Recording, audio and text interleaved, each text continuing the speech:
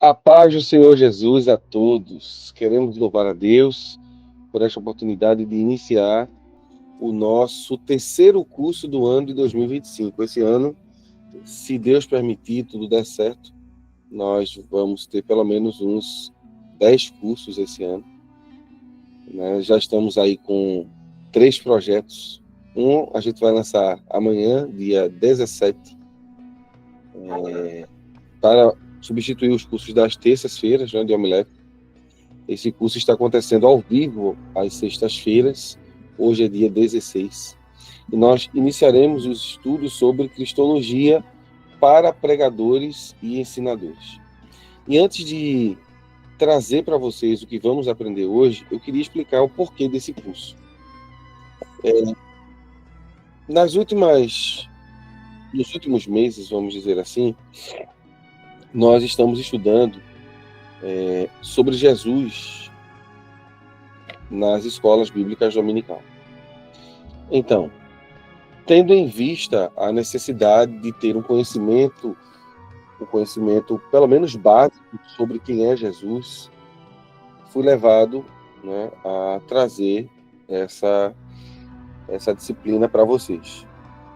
E ela veio por conta de um dos alunos que nos procurou e disse assim: professor, o senhor deveria falar algum tema sobre Jesus, embora o senhor tenha falado lá atrás sobre os milagres, tenha falado sobre a vida de Jesus, não ficou muito claro para a gente a pessoa de Jesus. E eu parei para pensar nisso e realmente o curso que nós ministramos não foi sobre a pessoa de Jesus. Nós falamos sobre milagres de Jesus, falamos sobre parábolas de Jesus e a mensagem de Jesus, mas cristologia em si a gente não fez, né? A doutrina de Cristo, no sentido de o Jesus, Deus, homem, a gente não tratou, né? Então, fiquei devendo isso aí e acho que essa disciplina vem para isso. Só que o objetivo dessa disciplina, se você prestou atenção, deixa eu apresentar o tema e subtema, né? O tema central da nossa disciplina será Cristologia para pregadores e ensinadores. Então, basicamente, o que eu vou trazer aqui é o que todo pregador deveria saber sobre Jesus e todo ensinador precisaria saber sobre Jesus, para que não haja nenhum problema em relação à união hipostática, em relação à kenosis, em relação à própria divindade de Jesus, né? E nós vivemos uma época onde as seitas têm se proliferado e pessoas acham que Jesus é um ser criado, né? Alguns confundem Jesus até com anjo, né? Então fica um pouco complexo, vamos dizer assim, a gente não tratar desse tema. E de verdade fui tocado para que a gente estudasse esse assunto e fiz o possível para que esse curso fosse o mais barato possível, né? Nos últimos anos, esse é o curso mais barato. É um curso a nível de especialização, são 10 aulas sobre o tema. Então, não é a cristologia que você vai estudar no seminário. Vai ter alunos do seminário aqui e eles vão perceber, não, a minha grade não tem nada a ver com o que o seminário passa. A minha preocupação aqui é levar para você uma cristologia que você coloque em prática, no púlpito da igreja e na sala de aula. Então, nós vamos ver aqui temas complexos de forma simples e que você possa explicar isso para o seu aluno, tá? Então, o meu objetivo é desmistificar termos como, por exemplo, ele é 100% homem, 100% Deus. O que isso quer dizer na prática? Né? A gente aprende sobre a união hipostática, mas muitas vezes a gente não entende o porquê dela. Então, o curso vai falar muito mais sobre a pessoa de Jesus. O curso vai falar muito sobre o que a Bíblia fala em relação a ele. Mas, basicamente, como eu, que sou professor de escola dominical, como eu que sou um auxiliar, um diácono, um presbítero, posso levar essa mensagem adiante, ser entendido pela igreja e também entender o que eu estou falando, tá? Então, o objetivo desse curso é para isso, apresentar a pessoa mais importante, que é o Senhor Jesus, de uma forma simples e objetiva. Amém? Para a gente começar bem, nós vamos ler a palavra do Senhor, Evangelho de Jesus, conforme João escreveu, e nós vamos ler o capítulo 1, porque nós hoje vamos tratar do verbo pré-encarnado. Hoje nós vamos tratar do Jesus quando era unicamente Deus. Né? Unicamente Deus. Ele ainda não havia tomado forma humana. E aí João, de forma maestral, vai escrever. Esse evangelho será utilizado diversas vezes para apontar a humanidade de Jesus, a divindade de Jesus, até porque João escreve com esse objetivo. Não é o tema da aula de hoje, mas vamos tratar disso nas próximas 9 aulas. Ok? Muito bem. João, capítulo 1, nós vamos ler do verso 1 ao 14, e eu vou ler na versão que eu tenho lido nos últimos anos. NVT. Tá aqui, ó. Nova versão transformadora, tá? Ela é uma obra da Mundo Cristão e tá aqui também, ó. NVT. Eu a uso porque é uma linguagem que facilita o aprendizado, tá? Não tenho nenhum tipo de vínculo com a editora Mundo Cristão. Pelo contrário, se vocês quiserem patrocinar, estamos aqui.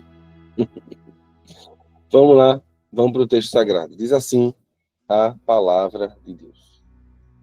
No princípio, aquele que é a palavra já existia. A palavra estava com Deus. A palavra era Deus. Ele existia no princípio com Deus. Por meio dele, Deus criou todas as coisas. E sem ele, nada foi criado. Aquele que é a palavra possuía vida. E a sua vida trouxe luz a todos. A luz brilha na escuridão, e a escuridão nunca conseguiu apagá-la. Deus enviou um homem chamado João para falar a respeito da luz, a fim de que, por meio de seu testemunho, todos crescem. Ele não era a luz, mas veio para falar da luz. Aquele que é a verdadeira luz, que ilumina a todos, estava chegando ao mundo. Veio ao mundo que ele criou, mas o mundo não o reconheceu. Veio ao seu próprio povo e eles o rejeitaram. Mas a todos que creram nele e o aceitaram, ele deu o direito de se tornarem filhos de Deus. Estes não nasceram segundo a ordem natural, nem como resultado da paixão ou da vontade humana, mas nasceram de Deus. Assim, a palavra se tornou ser humano, carne e osso, e habitou entre nós. Ele era cheio de graça e verdade, e vimos a sua glória, a glória do Filho único do Pai. Amém. Conseguem ver o teor autoexplicativo do texto? Por isso que eu a uso. Vamos orar. Querido Deus, nessa próxima hora estaremos estudando sobre o Senhor Jesus Cristo e humildemente lhe pedimos que abra nossa mente, nosso coração, para que a gente possa, Senhor, estudar a Tua Palavra e compreender aquilo que o Senhor sempre foi.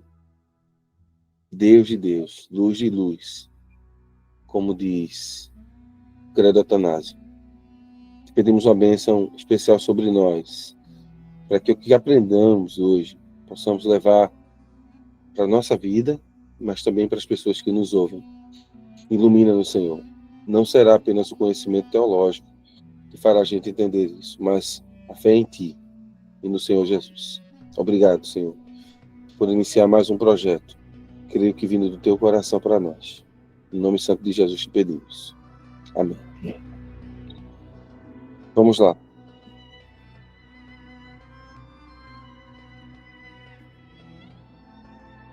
Cristologia para pregadores e ensinadores. Aula 1.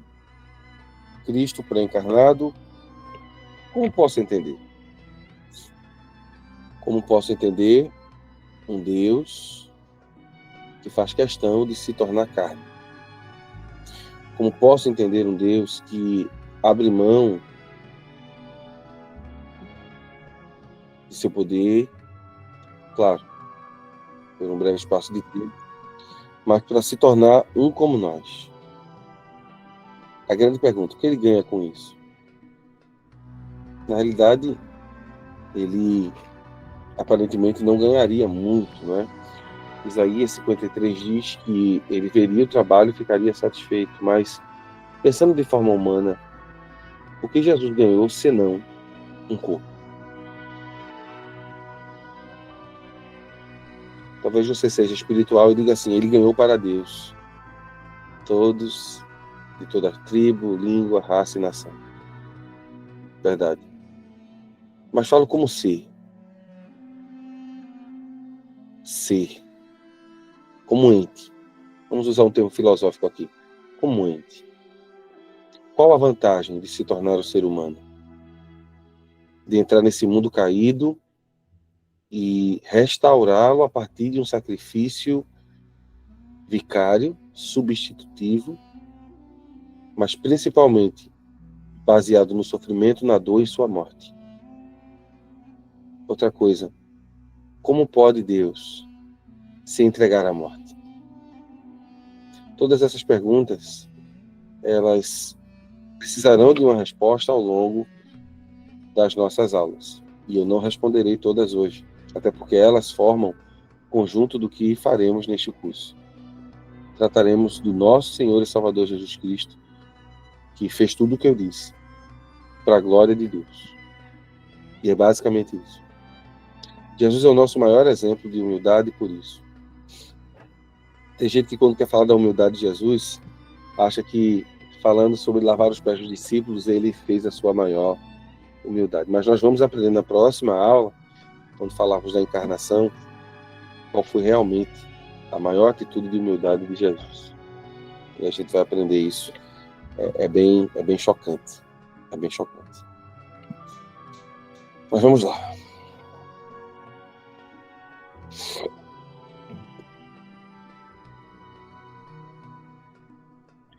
Deixa eu me apresentar, essa é a primeira aula, vai ficar disponível no YouTube para todo mundo. Meu nome é Jonathan Zeder, somos, pela misericórdia de Deus, mestre em teologia. Temos algumas especializações no ensino, entre elas, área de ciência da religião, docência do ensino superior, especialista agora em Novo Testamento, concluímos o Novo Testamento, graças a Deus. Teologia sistemática, neurociência para educação, além de bacharel em teologia, licenciado em história e pedagogia. Esses são os nossos cursos que nos dão, vamos dizer assim, condições de falar sobre isso. E quando eu digo falar sobre isso, eu quero dizer a vocês que o que leva alguém a ter autoridade para falar sobre um tema, além de funções eclesiásticas, é a sua abnegação ao estudo. Tá? E sempre que a gente faz esse tipo de apresentação, o objetivo não é levar você a dizer, poxa, Jonatas, né, eu não coloquei aí que eu terminei o meu doutorado, mas a gente terminou o doutorado agora. Estamos em fase de conclusão do pós-doutorado, mas não está aí. Então, a ideia aqui não é falar da quantidade de diplomas que temos. A ideia aqui é dizer basicamente o seguinte, eu estou me esforçando. Você está se esforçando? Acredito que sim, senão você não estaria 9h30 da noite aqui comigo. Nós somos quase 50 pessoas, depois de um dia de trabalho, uma sexta-feira, depois de um dia de trabalho aqui. E eu quero encorajá-los a estudar. Tá? Espero encontrar todos vocês nas nossas EADEBs espalhadas por esse estado, e creio, não é para quem é aqui do estado, para quem não é, orem, deve estar vindo coisa nova por aqui para aqueles que estão longe. Deus vai abençoar quem está longe. Eu creio nisso. Muito bem. Então, como já disse, essa minha apresentação é muito mais para que você entenda. Ele está se esforçando, então eu também posso e devo me esforçar. Ok? Os livros que eu usei para a aula de hoje. Cristologia, do Ezequiel Soares. É o livro base. Tá? Eu vou tentar encontrar esse livro na Amazon e colocar o link no grupo. O grupo oficial dos alunos. para aqueles que fizeram a matrícula. Nós estamos usando a teologia sistemática também do Stanley Orton, a teologia do Wayne Grudem e esse livraço do Heber Carlos Campos, que é As Duas Naturezas do Redentor. Para mim, tá, Dr. Heber Carlos Campos é a pessoa mais para falar de cristologia, é a pessoa mais importante que a gente tem no Brasil. É um senhorzinho, né? Não sei se dá para vê-lo aqui. É esse senhorzinho aqui, é um pastor presbiteriano que eu tenho muito respeito. Muito respeito. Ele fala de Jesus como ninguém, sabe? E com algo que o professor Saulo me disse. O professor Saulo Soares também tem um livro publicado pela Berea, né? É Jesus de Nazaré o Messias, que trata das profecias messiânicas apontando para o Cristo. Eu vou colocar esse livro depois também disponível no grupo, acho que todo mundo precisa ler ele. Mas também vamos usá-lo na aula, né? Nas profecias que apontam para o Messias.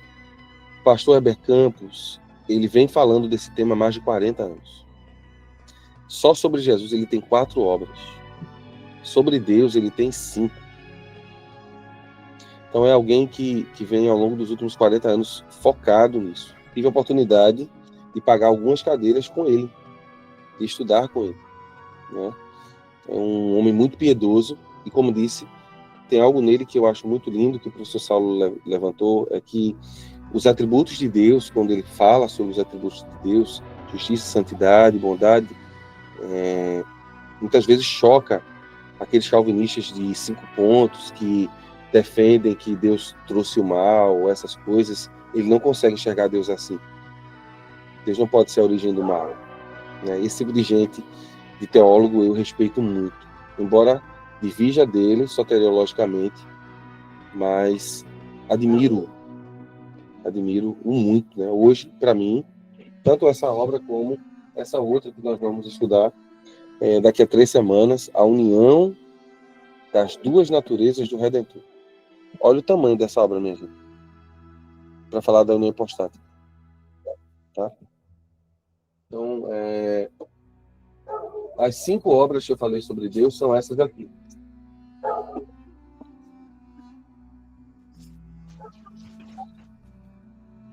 Todas levam o nome Eu Sou.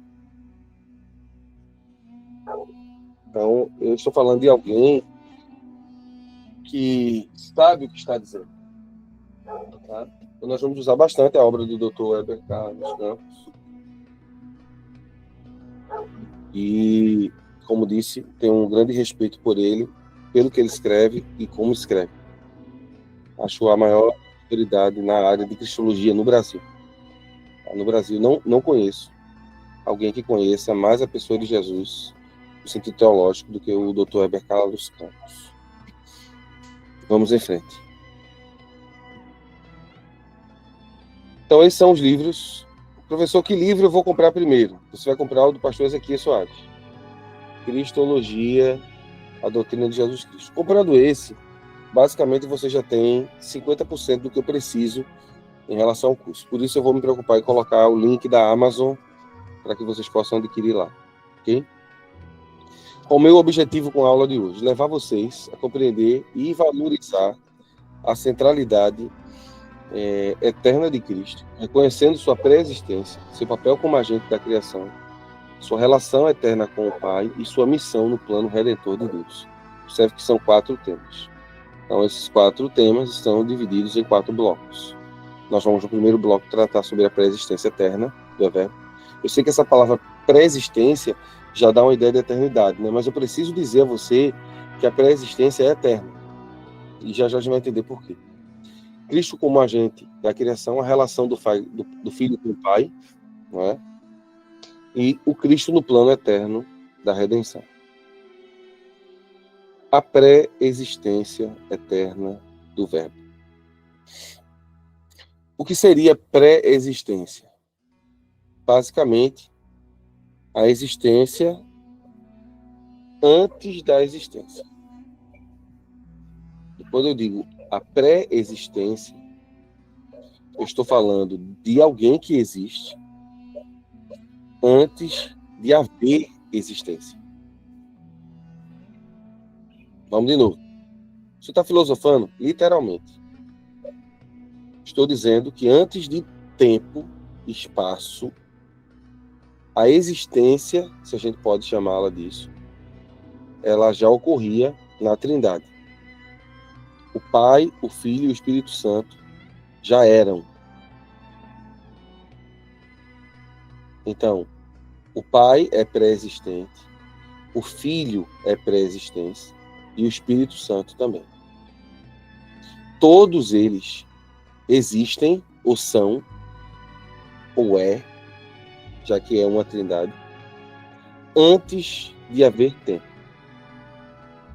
E aqui eu não estou falando nem de eternidade, preste atenção. Eu não estou falando da eternidade, não. Eu estou falando de um período que nem eternidade existia. Eu não sei se você está entendendo o que eu estou dizendo. Eternidade também é tempo. E ela pode ser até medida. A Bíblia diz assim, de eternidade a eternidade. Então, é como se uma eternidade adentrasse a outra eternidade. Sabe? Isso indica tempo e espaço. Estaremos com o Senhor por toda a eternidade. Isso indica tempo. Eu estou falando de um momento em que não existia tempo, não existia nem a eternidade. Estou falando de um momento em que só Deus, Pai, Filho e Espírito coexistiam. Estou falando daqui.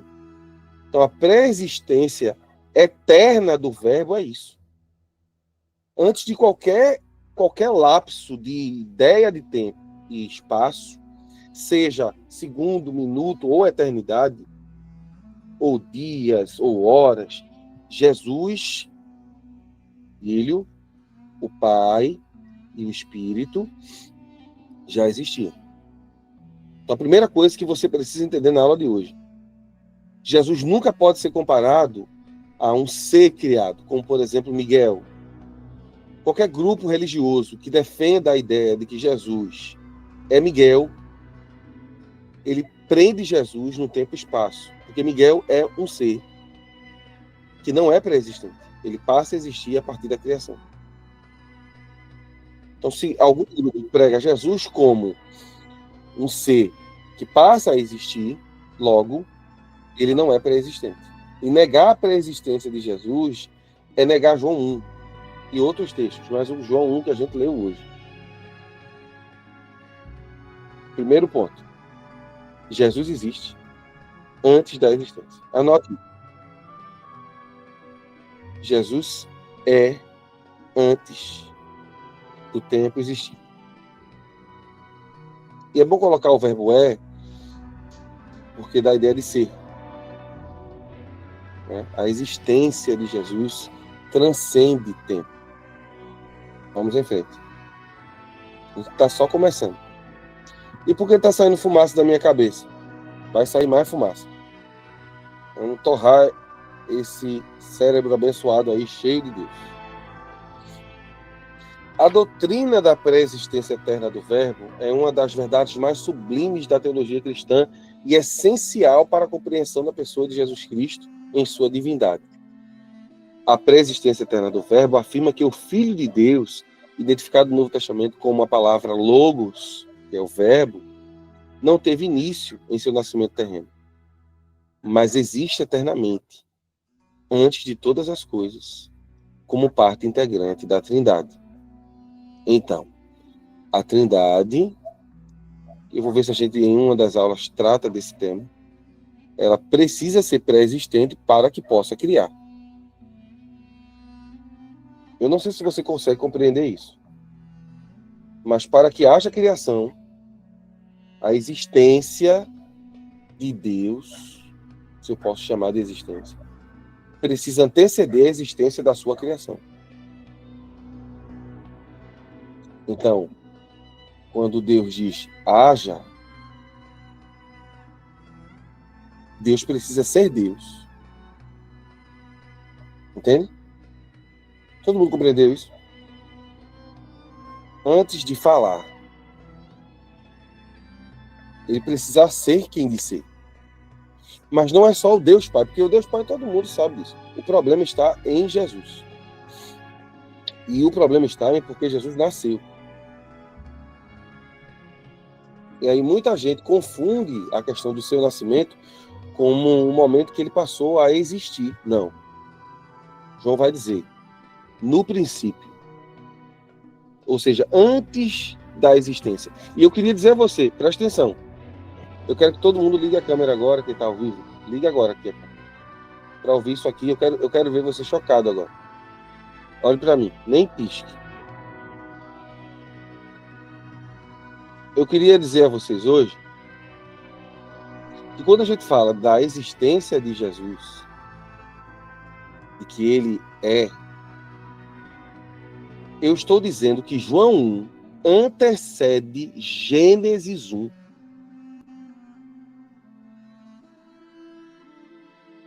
Gênesis 1. No princípio criou Deus os céus e a terra, não é isso? Bereshit, para quem estudou hebraico, Bará Elohim. Elohim é o termo que usamos para Deus e é um termo plural. A ideia da trindade é ali, Elohim. Para quem estudou hebraico sabe. Então, no princípio criou Deus os céus e a terra. Observe que no princípio criou Deus os céus e a terra. Então, passa a ser criado. O que João diz é antes do princípio. João diz, no princípio era o verbo já era. O verbo estava com Deus. O verbo era Deus, e aí ele repete, ele estava no princípio com Deus. Ele faz questão de dizer isso 2 vezes. Estava. Então, antes de existir tempo e espaço na criação, existia Jesus, o Pai e o Espírito Santo, em um tempo fora do tempo. Um negócio louco, né? Para dar existência. Então, o João 1 antecede Gênesis 1, porque Gênesis 1 é Bereshit bara Elohim.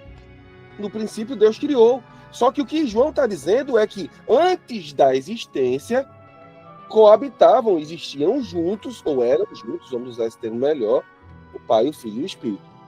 Deu para entender o que eu disse? O que João está dizendo não é que Jesus criou apenas em Gênesis 1.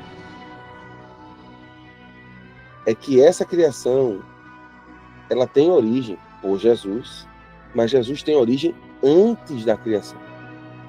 Porque a gente vai ver uma doutrina já que o Filho foi eternamente gerado. Aí isso dá na mente das pessoas um nome medonho. Se o Filho foi eternamente gerado, então ele passou a existir a partir de um tempo. Não, nós estamos em um tempo que não existe tempo. Professor, eu realmente tô assim meio tonto. Normal. Já a gente vai transformar isso em coisa simples.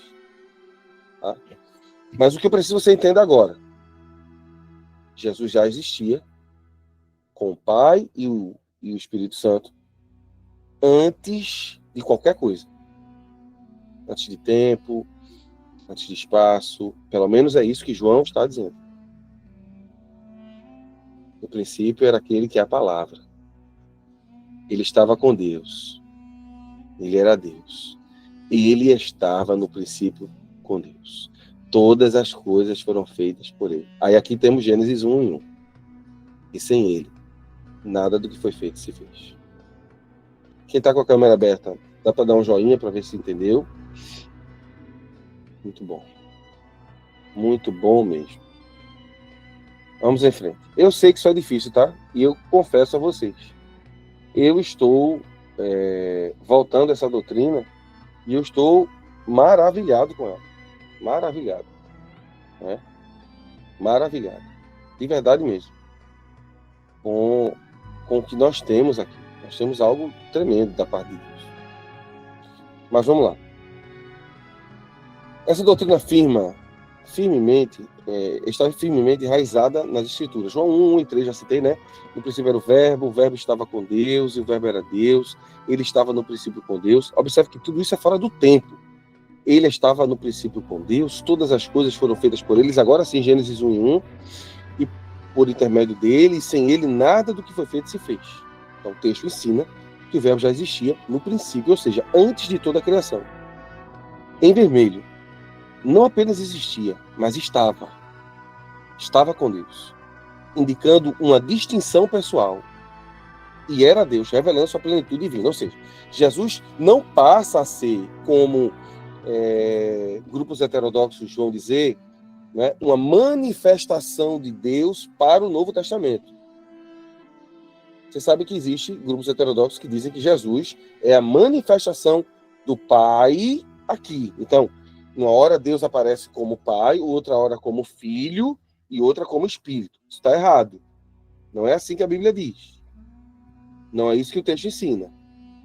E o que é que o texto ensina, professor? O texto nos ensina que o Pai e o Filho são distintos. Observe, era Deus e estava com Deus. Então, se eu digo assim, por exemplo, eu estou com o pastor Anderson. Existe uma distinção entre mim e ele. Tinham 2 obreiros. O pastor Anderson e o presbítero Jonas. São 2 pessoas distintas. E João faz questão de fazer essa distinção para que alguém não pense que o Deus Pai tornou-se carne. Não é o Deus Pai, é o Deus Filho. Ok? Isso vai fazer mais sentido lá na frente. Mas, a princípio, vão acumulando a informação. Vão acumulando. Permitam que as informações novas sejam acumuladas. Essa preexistência anterior ao tempo, a matéria é qualquer realidade criada, como eu já disse. A teologia bíblica reconhece que Cristo é eterno, e aí temos uma palavrinha consubstancial ao Pai. E aí, anote o que significa consubstancial. Anote, você precisa anotar. Lembra que nas minhas aulas você precisa de 3 coisas: Bíblia, caneta e vontade de aprender. Né? Pegue a caneta, pegue um papelzinho e coloque aí, consubstancial. Essa palavra teológica quer dizer que ele é da mesma substância. Isso vai aparecer nos credos. Tá? Então, nos credos, essa palavra consubstancial é uma palavra teológica para falar da mesma substância. E que a sua existência não depende de nada fora dele. Então, quando você estiver ensinando lá na escola dominical, de repente aparecer, não, Cristo é consubstancial com o Pai. Ah, consubstancial. O presbítero Éder falou, consubstancial é da mesma substância. Ou seja, o que Deus tem, Jesus também tem. A doutrina da geração eterna, embora misteriosa, sustenta que o Filho é eternamente gerado do Pai, não no sentido temporal ou físico, mas em uma relação eterna e necessária. E aqui nós vamos dizer o que o texto diz. Jesus é Filho desde antes da existência. E a gente vai ver já já que isso não significa hierarquia nem subordinacionismo, mas a sua forma de atuação na Trindade. O Filho não é inferior ao Pai, nem o Pai é superior ao Filho. Essa ideia de pai e filho, ela é algo para que nós, como seres humanos, entendamos a relação que existe entre Jesus e Deus. Senão a gente não entenderia. Mas o que você precisa saber é que Jesus tem a mesma natureza que o Pai tem. Quando diz assim, gerado do Pai, consubstancial do Pai, quer dizer isso. Ok? Não está dizendo que Deus gerou Jesus no sentido físico. Nós não estamos falando do mundo físico. Estamos falando de um tempo fora do tempo. Ok? Onde a existência não é algo ainda tangível. Nós estamos falando que a relação entre Deus Filho e Deus Pai é algo eterno. Só que essa relação não é subordinacional.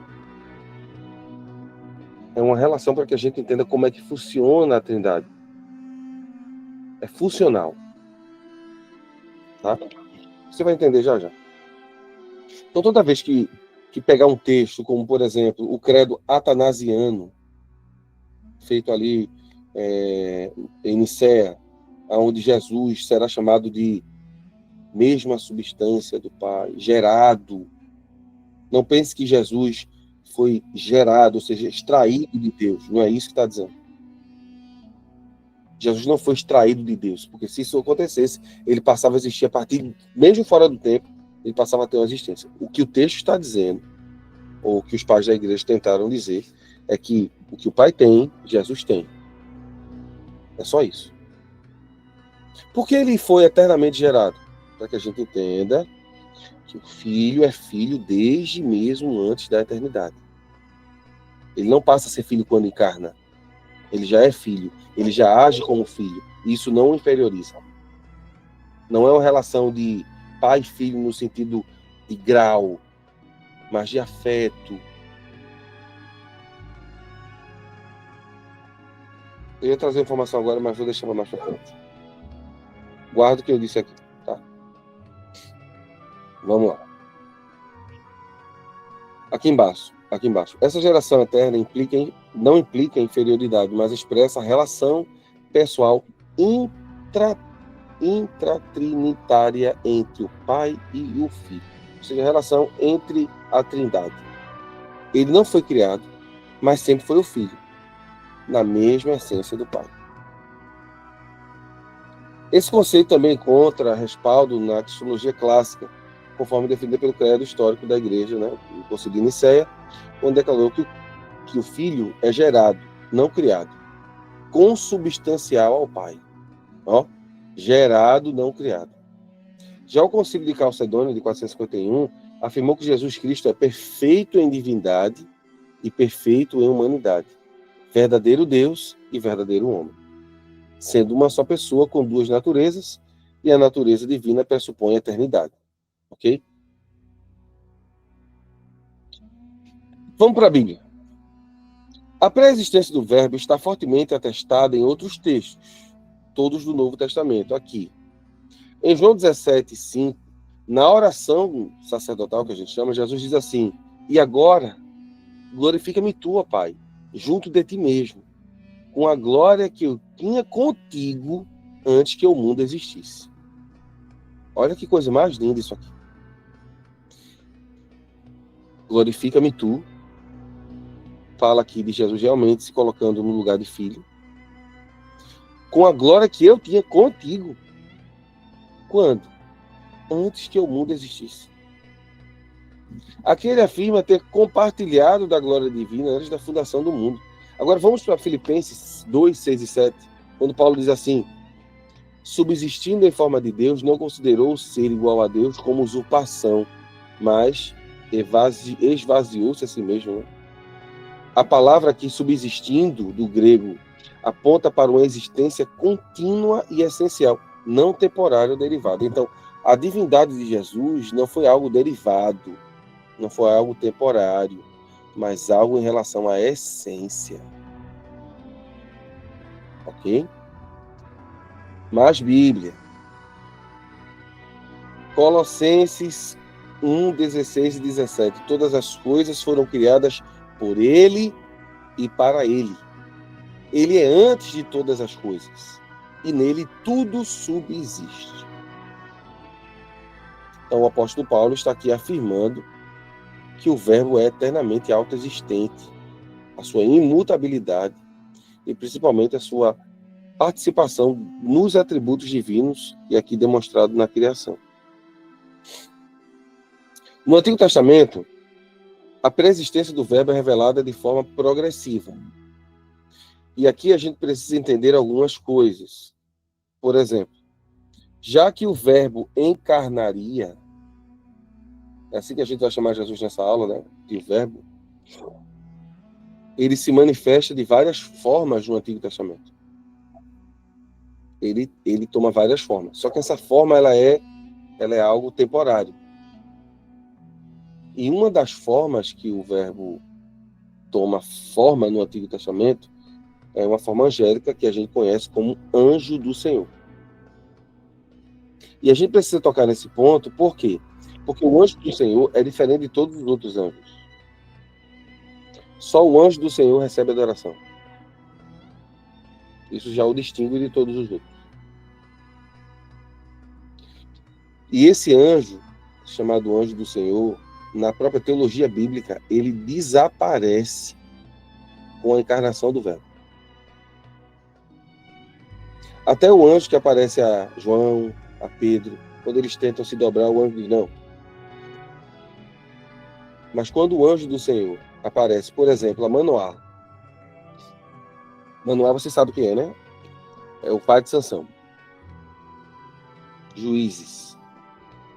Quando Manoá viu aquela pessoa, né, que ele achava que era uma pessoa, que falou com sua mulher, olha, você vai ter um filho, esse menino vai estar diante de Deus, esse menino vai ser uma bênção, ele será nazireu de Deus e tal. Manoá não estava junto. Então, Manoá foi surpreendido por sua esposa contando essa história, ela era estéril, e Manoá disse, vamos orar para que Deus envie esse homem de novo aqui. E era o próprio Deus manifesto em forma angélica. E aí aparece de novo, só que Manoá não está junto dela. Então ela pede para que ele espere e para que tudo que ele fale na presença do seu marido. Ela vai buscar Manoá. Manoá vem. E quando encontra o homem, diz assim, és tu, está lá no texto, és tu aquele homem que falaste a esta mulher? Aí ele diz assim, eu sou. Vamos dar uma olhadinha nesse texto. Juízes, eu gosto muito de ler o que o texto diz, né? Juízes 13.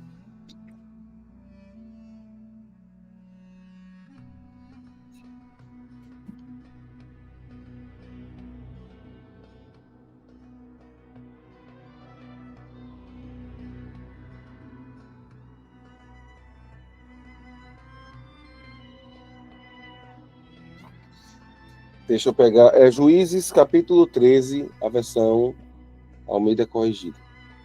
Ah, eu tenho aqui. Embora vai dar muito trabalho. Juízes 13, versículo 11. Almeida Revista Corrigida. Então se levantou Manoá, seguiu sua mulher, e tendo chegado ao homem, lhe disse, és tu o que falaste a esta mulher? Ele respondeu, presta atenção como ele responde, eu sou. Na sua versão corrigida, o eu está maiúsculo. Confirma? Sabia que não é para todo mundo que o eu é maiúsculo? Até porque nós temos 2 pontos. Então não é obrigatório a próxima letra ser, vamos dizer assim, maiúscula. Né? Se fosse um ponto, mas são 2 pontos.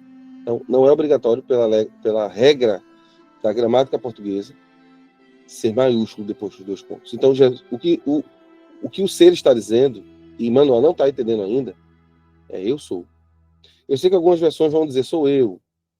Sim, eu sou. Né? Mas fiquemos com a corrigida que diz eu sou. Tá? E aí Manuel vai dizer cumpram-se tuas palavras, mas como será o modo de viver, serviço do menino? Aí o anjo repete tudo. Aí ele pergunta, me diz o teu nome. Me diz o teu nome. Deixa eu encontrar o versículo.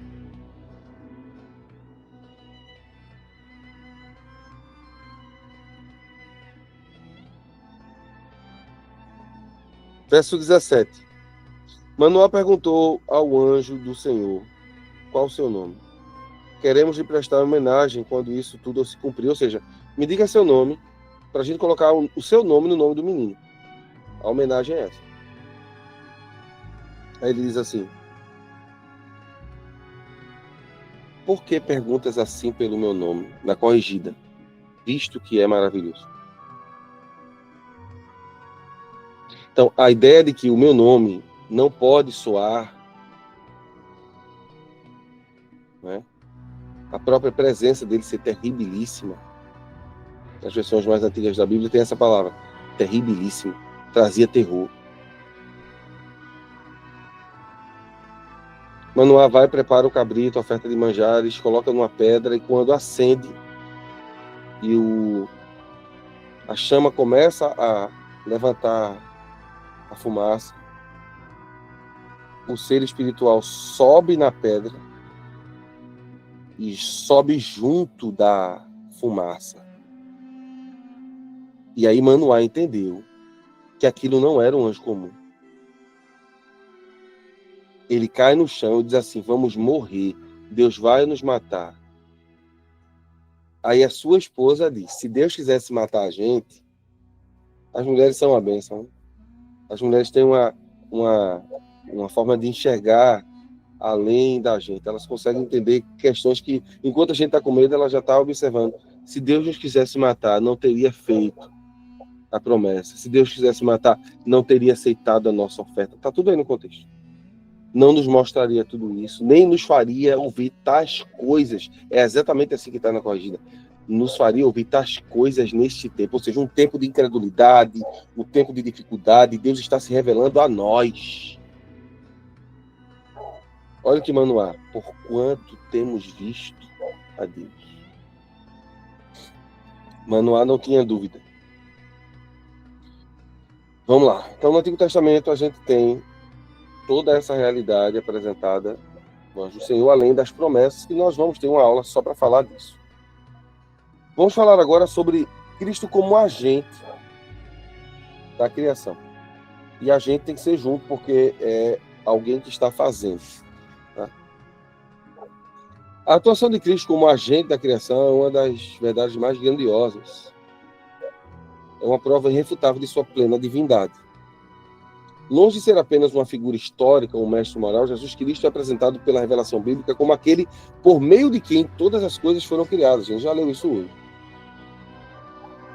Em João 1,3, todas as coisas foram feitas por intermédio dele, e sem ele nada do que foi feito se fez. Ou seja, Deus dá a ordem e Jesus põe a mão na massa. É essa a verdade que João está dizendo.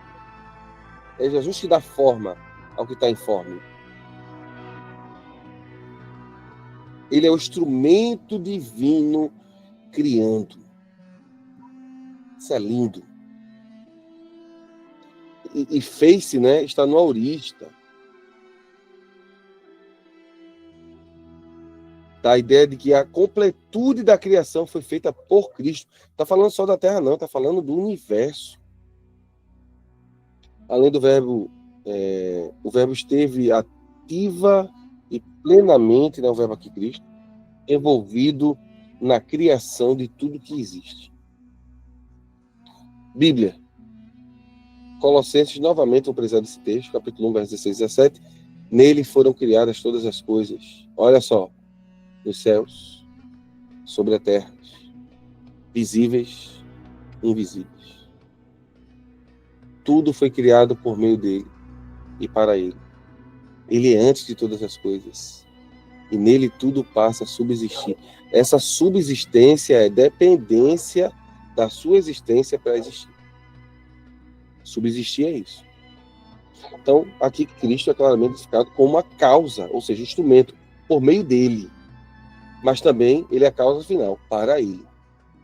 O universo não apenas vê a existência por sua ação, mas existe como propósito glorificá-lo. Se você perguntar a alguém que entende de Bíblia, por que você foi criado? Fui criado para a glória de Deus. Aí tem gente que acha que isso é uma frase do pensamento calvinista. Não, isso é uma frase do que Deus realmente fez. Deus nos fez para a sua própria glória. Essa é a verdade. Você existe para quê? Para a glória de Deus. Para, de alguma forma, Deus ser glorificado. Então, se Ele me criou com o propósito de glorificá-lo. Agora, se eu glorifico, é outra história. Né? Fomos criados com livre-arbítrio. Não era só Adão que tinha, não. Nós temos. Tá? A Bíblia também vai falar em Hebreus, capítulo 1, verso 2, o seguinte: nos falou nestes últimos dias pelo Filho. a quem constituiu o herdeiro de todas as coisas e pelo qual também fez o universo. A palavrinha que fez o universo, aionas, envolve não apenas o espaço físico, mas também o tempo, séculos. Ou seja, Cristo criou toda a estrutura da realidade. É aquilo que na física chamamos de tecido da realidade. Tecido da existência. Quem foi que teceu a realidade, a existência? Foi o próprio Cristo. Ele é o agente criador. Isso é muito lindo. Depois, com calma, ouça de novo tudo o que estou dizendo. Essa aula está sendo gravada, será repostada nos grupos. Assista com calma, leia os versículos. Tá certo? Do ponto de vista teológico, isso significa que Cristo não pode ser uma criatura, como afirmavam os antigos arianos. E os arianos aqui é aquele grupo que, no terceiro século, disse que Jesus passou a ser Deus. Né? E é contra eles que Atanásio vai ter a disputa, e nós vamos ter o credo atanasiano a partir daqui, que é chamado de Niceno. Ele está acima da criação, pois é o seu autor, pois tudo foi criado por ele. A teologia reconhece essa atuação como prova da consubstancialidade do Filho com o Pai. Mesma substância. Mais uma palavrinha difícil, utilizada pela teologia, que muita gente confunde. Consubstancialidade. O que é isso? Da mesma substância. Como apenas Deus pode criar do nada, ou seja, ex nihilo, o que é ex nihilo? Do nada. Essa palavra é latim. Tá? E como as criaturas afirmam que Cristo criou todos, as escrituras, afirmam que Cristo criou todas as coisas, segue-se necessariamente que Cristo é Deus. Então, se Cristo criou tudo, e ele criou tudo do nada, logo, ele precisa ter as mesmas prerrogativas que o Pai tem. Ele não pode ser inferior, ele não pode ser uma criatura, ele não pode ser um demiurgo, né? Como os gregos pensavam. Né? Os gregos, não os gregos de Zeus, mas os gregos que vão se tornar mais na frente persa e tal. Os gregos que vão... Vamos tratar aqui da religião persa, tá? Que vai ter sempre um embate entre o mal e o bem. E aí, como Deus é exclusivamente bom, isso vai estar muito presente na teoria de Platão e tal, tá? Mas entenda, os estoicos vão trazer essa realidade que mais na frente vai ser abraçada pelo gnosticismo e por outros grupos. Mas o que eu estou dizendo é que Deus não enviou uma emanação sua.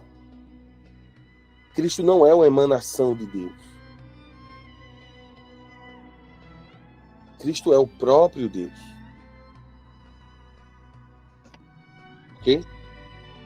Agora não confunda. Ele não é o Pai. E isso precisa ficar claro. Embora sendo Deus, ele não é o Pai. Ele é o Filho. Vamos lá. A doutrina da criação por meio do verbo encontra-se enraizada no Antigo Testamento. Gênesis 1, por exemplo, né? Deus criou pelo poder de sua palavra. Disse Deus. Essa expressão é mais do que um recurso literário. Ela aponta para o verbo eterno, o Logos, que é o meio pelo qual Deus age no mundo. O Salmo 33, verso 6, por exemplo, diz assim: pela palavra do Senhor foram feitos os céus, todo o exército deles, pelo sopro de sua boca. Já Provérbios 8 diz que a sabedoria personificada, né? A sabedoria em Provérbios 8 ela tem forma humana, estava com Deus na criação. E aí muitos interpretam que é uma figura do verbo. Teologicamente, os grandes tratados cristológicos, né? Gruden, Orton, Eurico Bechstein, Herbert Campos, reconhecem esse papel criador de Cristo como essencial para a sua identidade. Não se trata apenas de um detalhe doutrinário, mas de um ponto que influencia diretamente nossa compreensão da encarnação, da redenção e principalmente da providência. E aqui entenda a providência como um ato divino de providenciar o escape e a salvação na eternidade. A gente vai ver isso já já. O Cristo que vai redimir, ou que redime, é o mesmo que criou. Então, o Cristo que vai morrer na cruz, será sepultado, ressuscitará, é o Cristo que criou. Ele conhece o ser humano em sua totalidade, porque o formou desde o princípio. Além disso, a criação por meio de Cristo tem implicações soteriológicas e também escatológicas. O mesmo que criou o mundo é o que sustenta, conforme Hebreus 1:3, e que o redimirá plenamente na consumação dos séculos. A criação que geme, aguardando redenção, conforme Romanos 8:22, será libertada por aquele que originalmente a formou. Isso é lindo. Ele é tanto o autor quanto o restaurador da criação. Então, Cristo como agente da criação, criador, mas também mantenedor, sustentador e, por fim, regenerador, libertador, né, de toda a criação. Vamos para o terceiro ponto, que já passamos das 10. Essa relação pai e filho, como é que funciona? A relação do filho com o pai é uma realidade eterna, profunda e essencial doutrina da Trindade. Não se origina na encarnação. Precede a criação e se manifesta desde toda a eternidade. O Novo Testamento revela essa relação como pessoal, amorosa, funcional e ontológica. O filho não é criado, nem inferior em essência ao pai, mas ele é eternamente gerado. Eu falei sobre isso. O que significa que sua filiação não é temporal, nem subordinada, mas eterna e necessária. Jesus, ao referir-se constantemente a Deus como meu Pai, revela uma intimidade exclusiva e eterna. O verbo está com Deus. Aí tem aí, né? Proston Theon. Estava com Deus. Uma preposição que indica uma relação de face a face, de comunhão perfeita. Em 5:19 de João, ele afirma: o filho nada pode fazer por si mesmo, senão aquilo que vir fazer o Pai. Revelando uma harmonia absoluta de vontade, sem divisão ou conflito. Isso demonstra que, embora haja distinção de pessoas, há unidade plena de essência. Isso é maravilhoso, né? Embora haja distinção de pessoas, a essência é uma só, a vontade é uma só, a ação é uma só. E isso fica muito mais claro em Filipenses, que é um texto que eu deveria ter colocado aqui. Sendo em forma de Deus, não teve, mas na próxima aula eu coloco quando for falar sobre a encarnação. Esta relação é também marcada por amor. João 5:20, porque o pai ama o filho e mostra-lhe tudo o que faz. Esse amor é a base da missão redentora do filho e da glorificação mútua que ambos compartilham. Pai, glorifica o teu filho, para que também o teu filho te glorifique.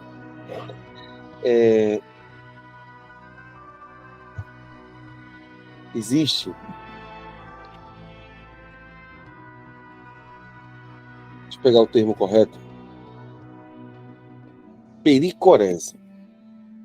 Existe um termo cunhado pelos pais da igreja chamado pericorese. E a pericorese, ela é uma, não se assuste, ela é uma dança. Tá? Uma dança onde as crianças, lá atrás, no período dos pais da igreja, conseguiram entender como é que a Trindade se autoglorifica. Deixa eu só pegar o nome do autor dessa frase.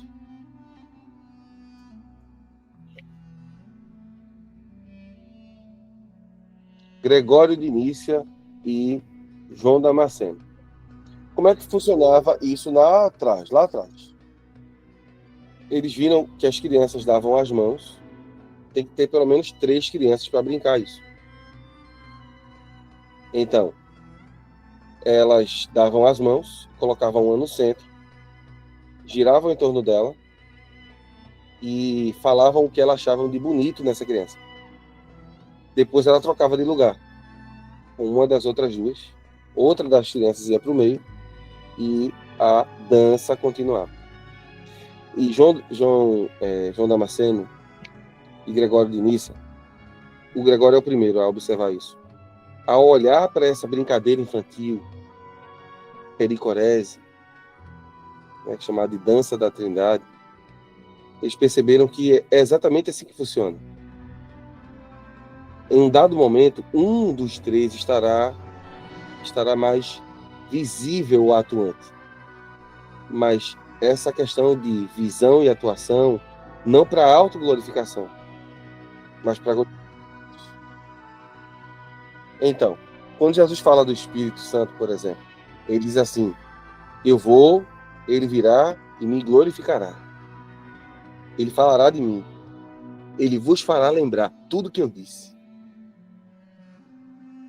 Então, a pericorese nada mais é do que pai dizer ao filho: eu amo você. O filho dizer ao pai: eu amo você. O espírito dizer ao filho: eu lhe amo. O espírito dizer ao pai: eu lhe amo. O pai dizer ao espírito, o espírito ao filho, o filho ao espírito, o pai ao filho. E assim, alguém me perguntou uma vez o que é que o pai fazia na eternidade, junto com o filho e o espírito. Eles se glorificavam. Isso é maravilhoso. Não pense que você foi criado para dar. Quando eu disse assim, você foi criado para glória a Deus, alguém pensa que é para falar glória, glória, glória. Não, não estou falando isso, não. É para, de alguma forma, glorificar. Deus não estava se sentindo sozinho quando criou a gente. A Trindade se basta por si mesma. Ela é tanto autoexistente, como também se baixa por si mesma. Isso é fantástico, tá? Vamos terminar falando do plano redentor que eu já ultrapassei há uma hora. Em casa, não deixem de ler todo o material, ler todos os versículos, tá bom? É importante. Cristo no plano eterno da redenção. Isso é algo que eu preciso tocar para finalizar a nossa aula. Um dos grandes erros dos pregadores e ensinadores, já que a gente está tratando aqui de cristologia para quem prega e para quem ensina, é achar que Jesus é uma resposta improvisada para a questão do pecado. Então, é mais ou menos assim. Deus fez Adão, Eva, colocou-os no jardim e disse: não comam. E aí eles estão lá no céu, de repente a tentação vem e Deus fica torcendo para Adão no pecado. Não, Adão, não, Adão, não, Adão. Aí Adão peca. Aí agora, quem vai? Aí, na década de 80, nós temos alguns irmãos aqui mais antigos e vão lembrar disso. Na década de 80, existia uma forma de pregar errada. E como era essa forma de pregar? Disseram que na eternidade houve uma discussão no céu.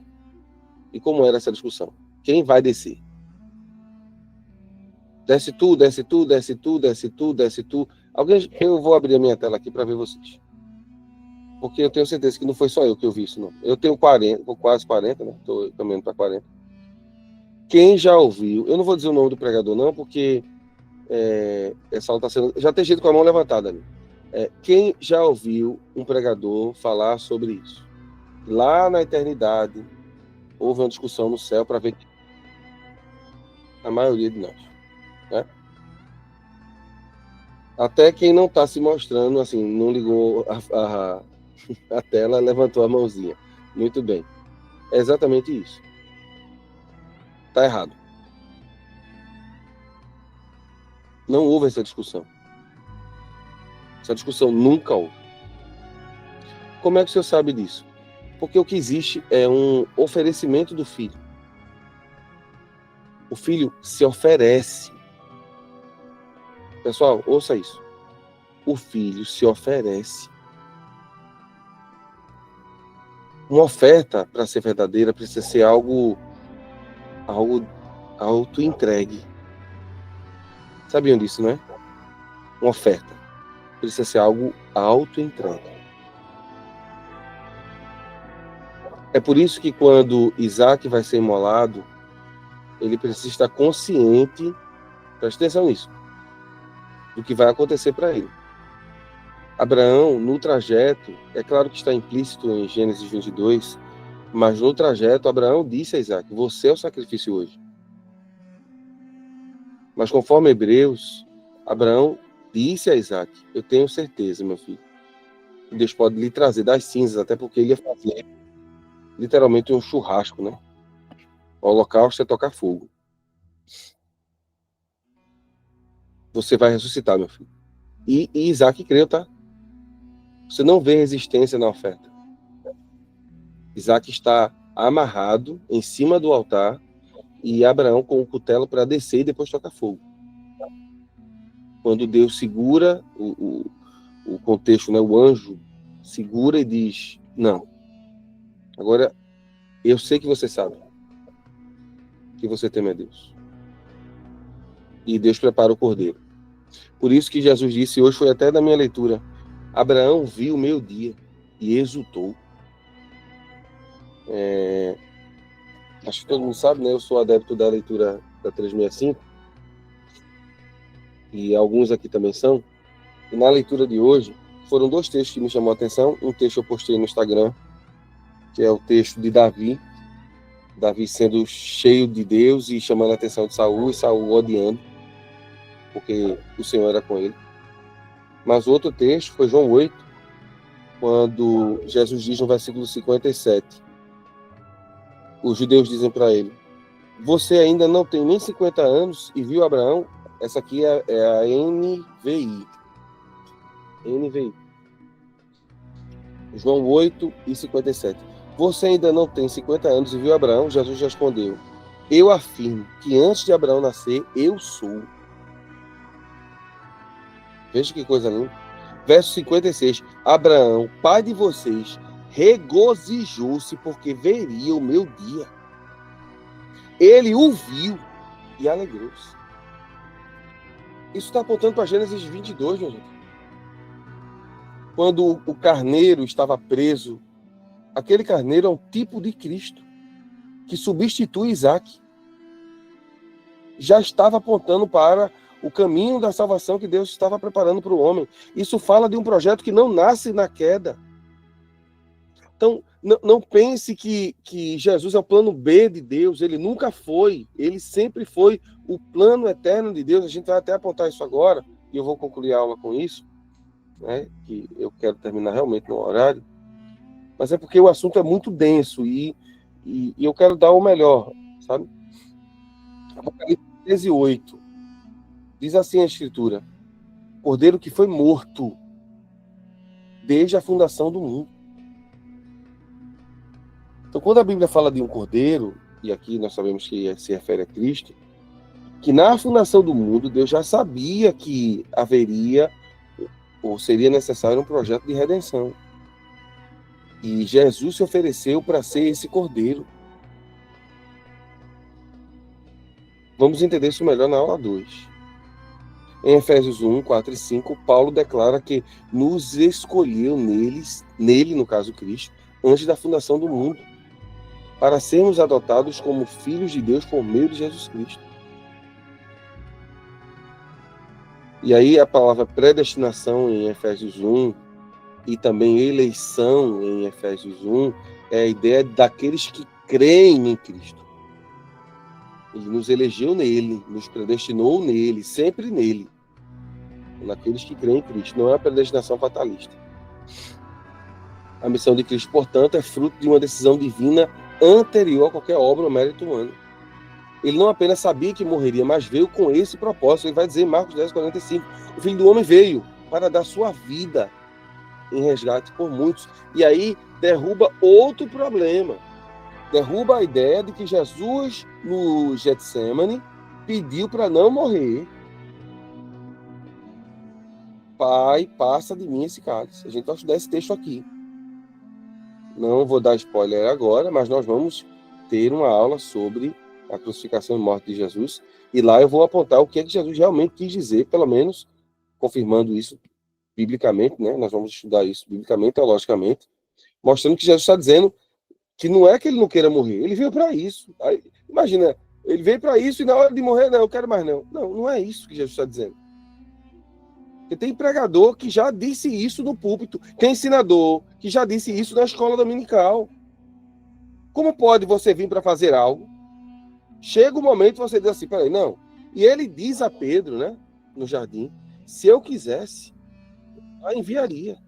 Mas eu vim para isso. Então, o que é que Jesus pede do Getsemane? A gente vai estudar sobre isso também. Lembra, desde a eternidade ele já tinha se oferecido. Desde a eternidade. É o penúltimo slide, tá? Fica tranquilo. A cruz é o centro do plano divino. Não é um acidente histórico. Nela se manifesta a justiça e o amor eterno de Deus. E aqui Deus Pai, Filho e Espírito. A ressurreição exalta esse projeto, né? E aqui eu tenho uma recapitulação de tudo que eu falei hoje. A revelação bíblica e a teologia cristã apresentam Jesus Cristo não apenas como Salvador, mas como o centro eterno de toda a realidade, ele é pré-existente. Essa eternidade se expressa de maneira concreta quando consideramos que Cristo é o agente da criação, ou seja, ele vem antes para criar, ele é antes para criar. A relação que existe entre o pai e o filho é marcada por amor, e se existir algum tipo de obediência, ela é voluntária, não subordinacional. Nós não cremos que Jesus seja inferior ao Pai e também ao Espírito. Eu vou falar sobre isso com mais calma em outras aulas. É nesse contexto que compreendemos a atuação de Cristo no plano eterno de redenção. Se a gente não entender que o plano de Cristo em relação a Deus é em amor e de filho, a gente não vai entender a sua atuação como redentor. Tá? Por isso que é preciso primeiro entender Jesus como filho de Deus, Deus como pai, Jesus como filho, para entender que o filho se coloca no lugar para haver redenção em relação à divindade. Se a gente não entendesse essa relação de pai e filho, ficaria complexo a gente entender como é que pode Deus descer para se tornar homem e assumir a redenção. Então, a ideia de pai e filho é para que a gente possa entender no plano restaurador da criação e da redenção como funciona essa relação entre Deus Pai e Filho. Portanto, ao considerar esses aspectos, sua preexistência, seu papel criador, sua comunhão eterna com o Pai e sua missão redentora, percebemos que Cristo é o centro absoluto da revelação divina. Ele diz ser o alfa e o ômega, o princípio e o fim de todas as coisas. É para onde tudo converge, é por ele, para ele, por meio dele. Então, conhecer esse Cristo é conhecer o coração do próprio Deus. Adorá-lo é alinhar-se com o propósito eterno da criação e da redenção. Ele não é apenas parte da história, ele é o Senhor. Ele é o Senhor da eternidade, ele é o Senhor da história. Na próxima aula, nós vamos falar sobre o Cristo Messias, aquele que foi prometido. Semana que vem, a gente começa a falar sobre promessas messiânicas. Tivemos aqui 1h e quase 1h20 de aula, foi excelente. Né? Vamos orar. Os que estão ao vivo, eu vou permitir que façam pelo menos algumas perguntas. Querido Deus, obrigado por nos dar esse tempo para refletir sobre algo tão sublime que é o teu Filho. Obrigado, Jesus, por nos dar condições de, ao menos, pensar sobre isso, sobre essa relação tão gloriosa que nos fez ser salvos por meio do teu sacrifício. Senhor, como ensinadores e pregadores, precisamos estar conscientes de todas essas verdades, porque elas são base da nossa fé. É triste, Senhor, ver pessoas ensinando e pregando aquilo que tu não és. Pregando um Cristo que não está na Bíblia, pregando um Messias que não foi prometido. E é por isso que muitos são enganados. Nos ajude, Senhor, a entender biblicamente tudo o que és. E nos ajuda a ensinar e a levar um alimento sadio para a igreja. Nos ajuda, Senhor. O objetivo desse curso é isso. Nos levar a compreender melhor a Ti, através das Escrituras, e poder falar de Ti com ousadia, intrepidez e sabedoria. Nos ensine. Em nome de Jesus te pedimos. Amém. Vocês sabem porque a gente faz a oração em nome de Jesus? Porque nenhum de nós tem autoridade de ir ao Pai, mas Jesus tem. Por isso, quando pedimos em nome de Jesus. Amém? Espero você, que não está ao vivo, você que está assistindo essa aula gravada, na próxima aula. Ok?